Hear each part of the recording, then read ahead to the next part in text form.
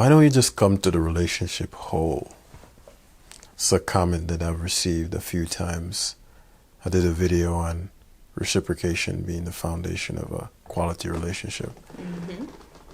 And I had a few people comment some version of, oh, I don't know why, more or less, I don't know why reciprocation is so emphasized. If I come to the relationship whole, then I won't need anything from the other person. And I think there is a bit of confusion about what that means. And we're going to be clarifying that in this video. Well, and I think the first thing we'll talk about is, well, what does being whole mean, right? I think there's a misconstrued, sort of intertwined with pride and ignorance definition going around of whole means the contributions of another human being to my life is not necessary. Right. Right. It's almost as if I get so whole, then no one else mattered. Right. No one else matters. Right. If you think about what the underlying presumption of that is, right? It's actually anti-connection. Right? It's trying to get to a place where if you needed to be isolated from everyone else, you could do it without suffering. But then the question then becomes, and it doesn't necessarily mean that somebody who wants to be whole intends to be isolated. But when I hear how it's very similar to the protect the peace thing of making everyone else the adversary and peace being something to protect, or we talked about whatever. If there's something you're protecting, that means there's a predator, there's the protector, and the thing you're protecting. The peace being the thing you're protecting, then the predator being whoever, right? And then the protector being you in your day-to-day life. Yeah. And so when we say becoming whole, it's a similar-ish thing where the objective is to be at a place where if someone does something or doesn't do something, you're okay. Right? It's almost a place of, really what people are saying is a place of emotional stability. And the question then becomes, well, why would somebody strive to be whole? Why would there be such an emphasis on wholeness? And that's because they've likely, if not in every case, experienced what it's like to not be whole. They experienced the contrast, right? They've experienced wanting someone to either love them, want them, stay with them so badly, and it likely didn't end up going that way, that when that person left, they were emotionally devastated. So much so that their life could have fallen apart, or they saw someone else go through this and their lives fell apart. And they saw the effects of being so attached to a person that if that person, or when that person chose to do something else with their life, which may have not involved the person who was attached to them, it caused a lot of pain. And in that pain, they're like, well, I never want to be so attached to someone again. That causes pain. And so sometimes that can look like a sort of pain protection thing, which is protecting your peace. I never want to be hurt like that again. And I'm going to call the state of the state after the pain is dissolved as peace. And then I'm going to be very wary about who I form connections with. But it's still from a disposition of fear of future pain. Someone else I loved really badly hurt me at one point, therefore I'll get hurt again. I don't know if I'll get hurt again. That's the real game. I don't know. If someone knew they were never going to get hurt, they do it. So it's not that the desire for the connection went away. It's just that they never know what they're working with. They never know what to expect. Yeah. And if it's something they don't expect, and it's something that involves betrayal, that involves getting left, right, getting rejected, then it's like, I'd rather be alone than feel that pain again. Yeah. Or I'd rather be alone until I find someone who I know for sure won't do it again. But it's almost impossible to know that because no one can predict the future. Right. Right. So what we're all doing is evaluating on the front end, looking for signs, which is what people are talking about when they say red flag. So we're looking for a red flagless person that will likely not hurt them again. But in the process of doing so, unintentionally, sometimes intentionally, but unintentionally make themselves red flagless. Meaning, because I'm so busy pointing out your red flags, I don't think I have any. Or my awareness of my own imperfections don't exist anymore because I'm too busy pointing out. Now yours. Oh, this is why everything went wrong, because of the planet, because of humanity, because of men, because of women. Right. Red flag, red flag, red flag. Which implies your perfection and their imperfection. And so until you run into a red flagless person, then you'll have to just stay alone and you feel righteous in that. It's like, I'm a green flag. I'm a big green flag and everybody else is, oh, red flag, red flag, red flag. Oh, why didn't you listen? Oh, these red flags are popping up with no consideration or reflection of the red flags within you. Right. One of the biggest ones being thinking you're red flagless. Right. If there ever was one. But going back to being whole, right? Once we realize what we're actually discussing, what we're discussing is not pain avoidance. What we're discussing is the ability to give love or light and not have a hidden agenda behind it after the fact. Because that's where a lot of the pain comes from. A lot of times people, for example, one of the commenters said, oh, that's a transaction, that's not reciprocation. And if we break down the difference between transaction and reciprocation is slightly different. Transaction means exchanges only happen when the person can expect getting something back. With reciprocation, it's not modulated in that way. It's not, oh, well, I gave you $30 last week. Right. Reciprocation is, I am gladly giving you what you value.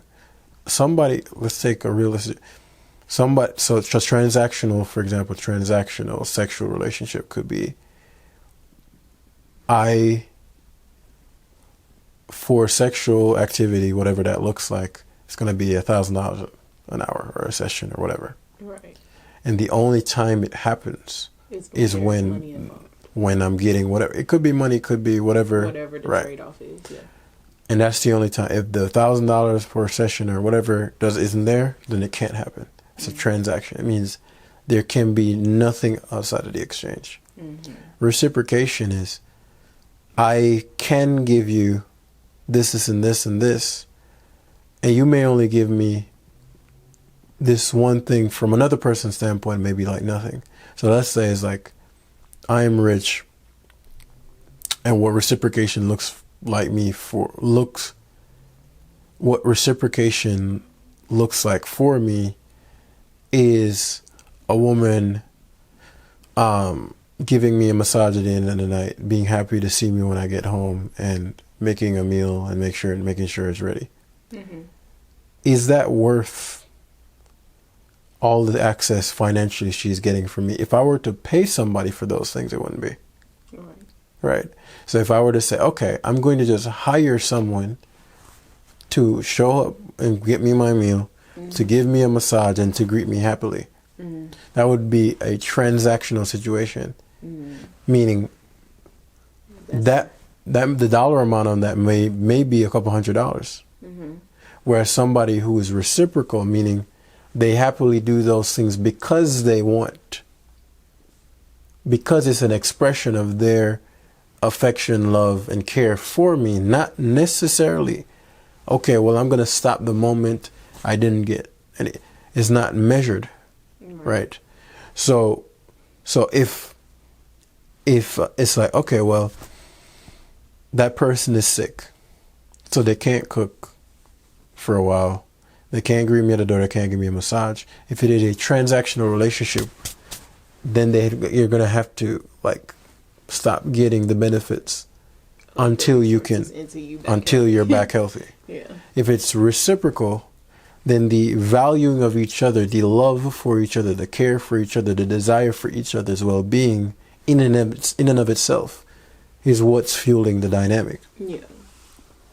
So the care and desire and affection for each other is fundamental, whereas a transactional relationship, the care for each other is not necessary. It's in the transactions. Yes. And so it's important because what they're saying, oh, that's transactional. No. It's only transactional if it's not willingly given with no measured expectation. Right. Right. Somebody, a woman being, if I'm a billionaire, what the woman is doing, I could pay somebody to do for far less. But you want it specifically from that woman. Either from that woman, but it's more accurate that you want the woman to care about you. That's what you want her to happily want to do it because that's what the guy wants to do, and that's something correct. Right. Which is the same thing.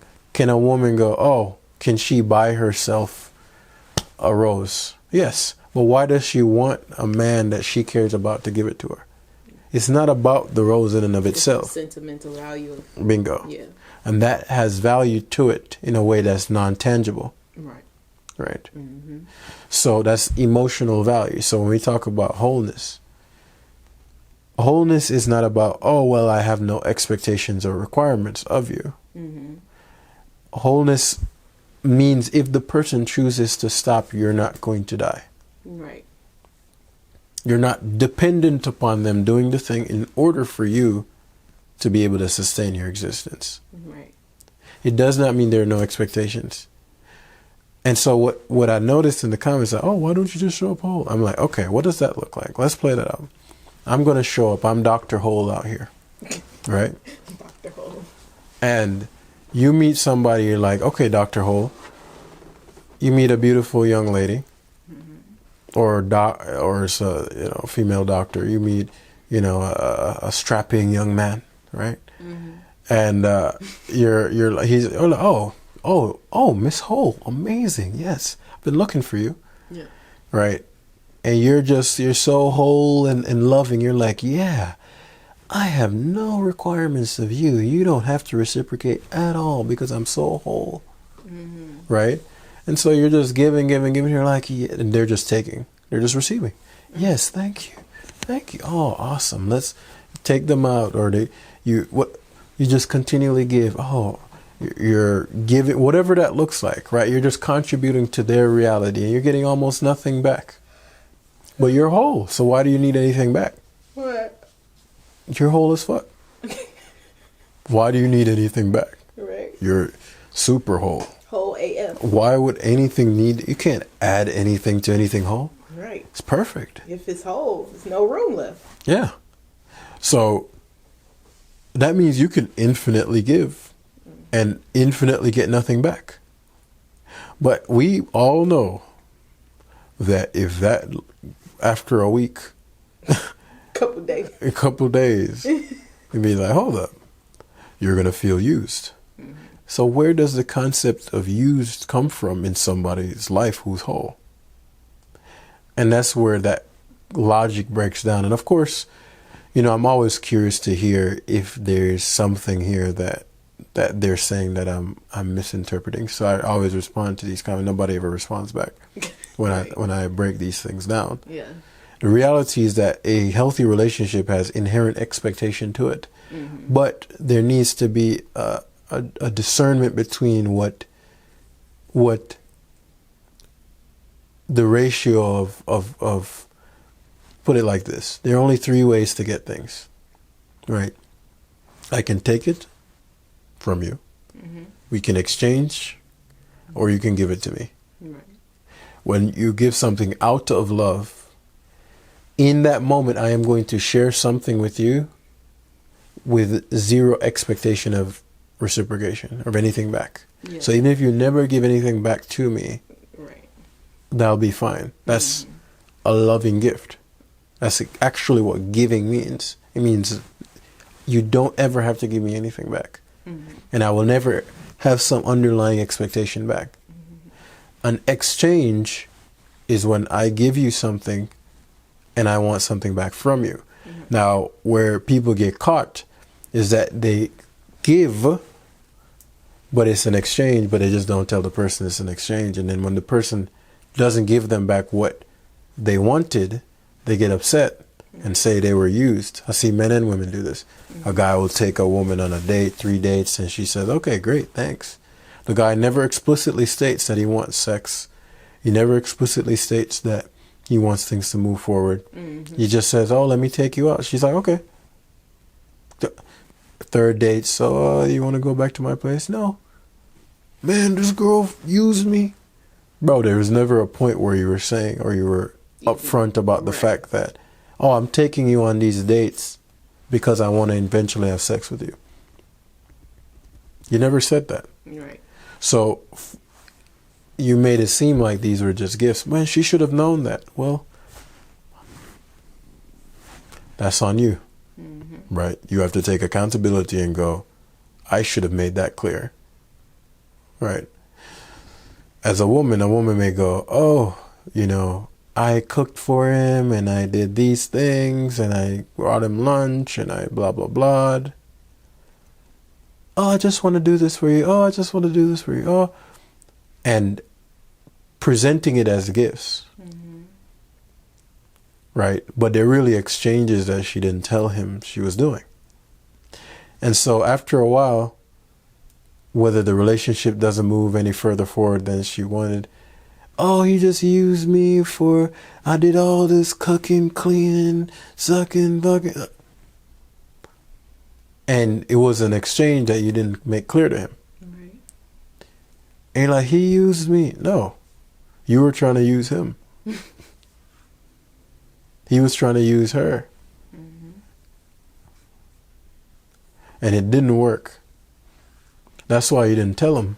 That's why he didn't tell her. Because he was afraid of what would happen if he made it clear what he wanted back. Or she made it clear what she wanted back. So instead of just me going, okay, I want to do this for you, but I'm going to want these things moving forward. They go, okay, I'm just going to give the things first, or I'm going to exchange. I'm not going to tell them.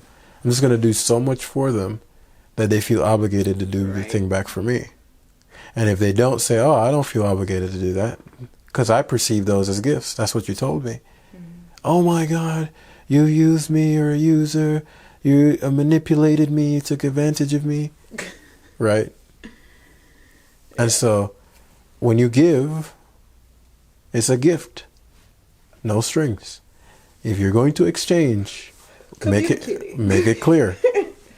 And if you're going to steal, which is the third way, I don't need to go into that. Right. Right. But those are the ways you get something from someone. Yeah.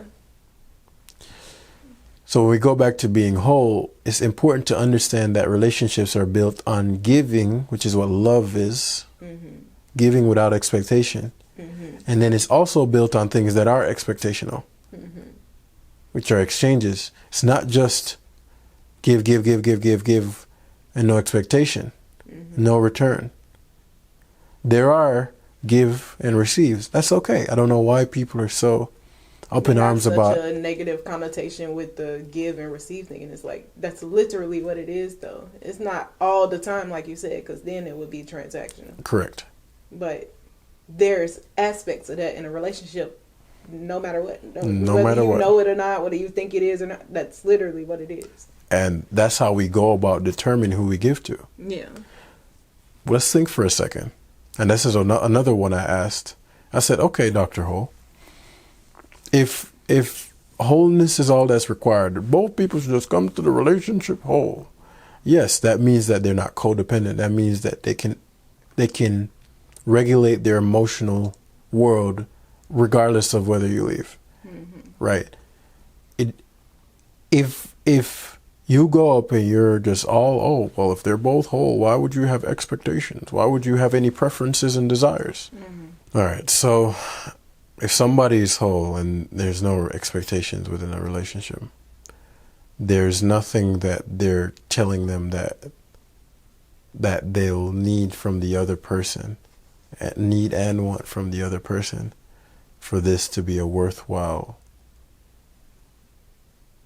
endeavor, right? Because what is a relationship? A relationship is choosing to move into the future holding hands with another person, right? Meaning every move you make will require considering them, especially if it's romantic, right? If it's a friendship or an acquaintanceship, it's not fully holding hands. It's more like, I'll keep you in mind as I move into the future. Right. But a romantic relationship, a marriage, a partnership is choosing to hold hands as we move into the future, right? Meaning my moves affect you, your moves affect me. So if there's no expectations because I'm so whole, then that person can make moves that negatively impact you and it doesn't matter. Right. But that's not real life. No amount of wholeness is going to change if somebody you're living with burns the house down. Oh, well, I had no expectations. Right? There are real consequences to the behavior of other people, to your life, right, if you're going to be moving into the future with them. So it's critical to ensure that you're benefiting and your life is more enhanced as you move through the future with this person. Right. And that goes to the whole thing again. Well, how do you go about deciding if it's just all about wholeness and it doesn't matter, then who do you decide who to give to? You should arbitrarily give to everybody then. I should be able to just walk up to you and go, okay, Dr. Whole, I got you. I'm going to need this, this, and this. Why not give it to me? Why give it to, you get what I mean? There has to be something you see in an individual that makes you want to give to them and not somebody else. Right. Which means you want something from them. So don't act like you don't. There's a reason you pick them. There are benefits in the relationship, having a relationship with them versus having a relationship with the other person. Right. And that unwillingness to be real about the not so sexy and lovey-dovey aspects of relationship are what are uncomfortable, understandably for many people, but are honestly just a big part of why a lot of them fall apart. Very rarely does it fall apart because of the lovey-dovey stuff. Yeah. It falls apart because of the nitty-gritty, ugly things that nobody wants to talk about. Right? Most relationships fall apart because somebody says, I wasn't getting something, which is an exchange conversation. I was not receiving enough of a material thing or of an emotional thing. Yeah. Literally. Yeah. So what are we talking about here? Right. Wholeness has to do with, can you move through the world and be self-sustaining emotionally? Can you regulate your own emotional reality? Can you regulate your own financial reality, ideally? Right? But most people, when they say that, I mean emotional reality. If that person says, hey, I'm going to choose to leave this relationship, do you start burning the house down? Right? Do you start threatening to take your own life? Right. Those are the things that, okay, you're codependent and that's something that needs to be worked on to make sure that, you're not going to do anything crazy just because somebody's choosing to sever the relationship. Right. That's where the whole conversation is useful, healthy, necessary. But to use it as a substitute, as some sort of, I don't need anybody because I'm whole, you're lying. There are plenty of people you see you'd love to be in a situation with. Right. And you may use wholeness as an excuse, right? One, to either try to reject them because it's like, well, they're asking stuff of me that I'm not willing to do. Oh, you're not whole enough for me. because the other person has expectations of you. They have requirements of you. Of course they have requirements of you. What would be the point of dealing with you if they don't get any of the benefits? Right. Oh, well, I should be able to do it whenever I want. What does it actually look like? Right? If we don't go, we live together. Our worlds are intertwined. Mm-hmm. You know, I don't feel like paying the rent this month. Can you handle that? Right. Miss Hole? I don't feel like paying the mortgage this month. Right. Whoa, what do you mean you don't feel like paying the mortgage this month? When you agreed, or it was implied, an implied agreement that you deal with that. Right. Yeah, but you're whole. Right? It's because then we're going to start going, well, that's not when we start getting into the conversations of agreements are exchanges. Mm-hmm. Unless you're saying there are no agreements going into the relationship. Okay, well, let's use something even more fundamental. Yeah, I decided to sleep with your cousin the other day. It was great sex. But yeah, what are we doing today? Well, you want to go to the park? Let's go shopping. Right? You slept with my cousin. Right. Yeah. You all right? What do you mean you slept with my cousin? I mean I slept with your cousin. We had sex. Right? This is insane. You'd be like, especially if there's even monogamy is a agreement. Yep. It's an expectation. Yeah. If it's violated, your wholeness doesn't stay. Right. Right? You're like, oh, hell, my cousin for one, and you're telling me, well, hold on, why are you so mad? You're whole. Oh my gosh. Right? So the violation of expectations within any dynamic, by its nature, a relationship has agreements that we're like, okay, these are the boundaries of it. Because if there are no boundaries of anything, then there's no relationship. Right. Right. And the moment you place a boundary on something that's an expectation, you're saying, I expect these things to not be violated. Mm-hmm. For us to continue. Now, how many boundaries exist within a relationship is between the parties at hand. But to say they're boundaryless because you're both whole individuals and you just show up and when you feel like doing stuff, you do it. And when you feel like doing it, you do it. Mm-hmm. It's like, I didn't feel like being monogamous today. Oh, okay. Well, I'm whole enough to be able to accept that. Mm-hmm. Right. Even though we agreed on monogamy, Right. I'm whole. Great. See, so I love you. Right. And eventually, that person is going to be so resentful and they're going to go, oh my God, you did all these things to me. I couldn't have done anything to you if there are no expectations. Right. And so, just understand that's okay. It's okay to have requirements. Mm-hmm. Now, it gets interesting when people start putting arbitrary requirements on other people. That's not what we're talking about. Right. The other person has to agree. So you can't go around going, the nonsense online. What Kevin Samuels used to do with the women. They're like, oh, well, I want a guy who's this, or matchmakers complain about, or a guy complain, oh, well, I want a woman that's, you can want anything you want. Mm-hmm. But somebody has to agree to that. Right. And so the issue is not people wanting what they want. It's about finding somebody who's going to agree to their demands or agree to their asks more accurately. Mm-hmm. Right. So if you have 20 children and you want a guy of a certain stature, you just have to find a guy to agree. Yeah. It's not about that you can't want it. But what is the likelihood of you finding a man that's going to agree to this? Mm-hmm. Okay, you're a guy. I want a woman that does this, and this, and da-da-da-da.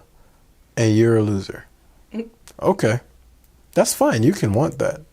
Just go find a woman that will agree to that relationship. Right? To that exchange. I'm willing to exchange my loserness. I'm 400 pounds, 5'6", and I've spent no time developing myself as a man. There's nothing much vision. I can teach you. I have no vision for the future. Right. but I want a baddie, nice ass, 5'7", pretty Breakfast face, ready. breakfast in bed, Yeah. 7-figure. He can want anything he desires. Okay, well, let's just go find somebody to agree to that. Yeah. And you got it. So the problem, and sometimes it can feel like an attack. It's not. It's like, sweetheart, it's not about you not wanting what you want. It's about taking an assessment of your current situation. Is like, what is the likelihood of me finding that kind of man to agree? Yeah. Especially with who you are in that moment. In that moment. Yeah. Because who you are now don't have to be who you are forever. Of course not. But you have to acknowledge who you are now to change. Yeah. Because if who you are now is exactly what said man or said woman would want, then why would you change anything? Right. You have to go, okay, well, what I am now isn't what is required. So I'm gonna have to make some changes, and that's gonna require some reflection in the mirror. Yeah. That's going to require some investment in yourself, whether that be working with someone, whether in the fitness realm, the relational realm, whether that's be the financial realm, Right. and going, okay, well, I need to make certain improvements so that the likelihood of me, when I encounter said person, the version of myself I'm going to be in that moment, they're highly likely to agree. Like, oh, hell yeah. It's like the conversation of access. Like, the more you know, the more access you get. Yeah. So the more you know, first of all, accepting who you are, and then knowing, as long as it's within your realm of like getting information on how you can improve in certain ways, you get more access to more people, and more experiences of life. Yeah. Right. Everything we want in life, I rehash this a lot. Everything we want in life, like all we all want in life is access to an experience that we don't yet have. Right. So the question is, what is stopping you from accessing it? Right. What you don't know and what you can't do. So if you learn something new, if you get access to information from those who have what you want, now you know what you didn't know before. Right. And then you use that information to now be able to do what you couldn't do before. So the doorways of access to wealth, travel, amazing relationships, amazing health, amazing family life, amazing connection with God, all those things are behind the right information, behind the truth. And so you have to open the doorway of the truth to get access. Yep. But you also have to be willing to let go of the lies that are keeping you where you're at, and let go of the ignorance. But the number one thing that stops that is pride. I don't want to admit that I didn't know. I don't want to admit that I might have been wrong. Right. I don't want to admit that I've been making poor choices. And I'm human too, so I understand that. And at the end of the day, it's like you're either going to live what you're living right now for another 5 years, or you're going to have to look in the mirror and go, I'm doing some things incorrectly. Who do I need to go to for help? What book do I need to read? What video do I need to watch? And then in that place, if you're coming from a place of insecurity and codependence, and you actually come to a place as wholeness, and obviously in my work that's called a sovereign man. Right? If you become a sovereign man, a self-governing man, right, internally, right, you regulate your emotional state, then of course you're going to have a variety of women willing to agree to partnership with you. Right. Because they've never met anything quite like you. Right. Right. So it's really just a case of agreement. Wholeness is amazing, but it's not the end all be all. It's the starting point. So that's all I'm going to say on that.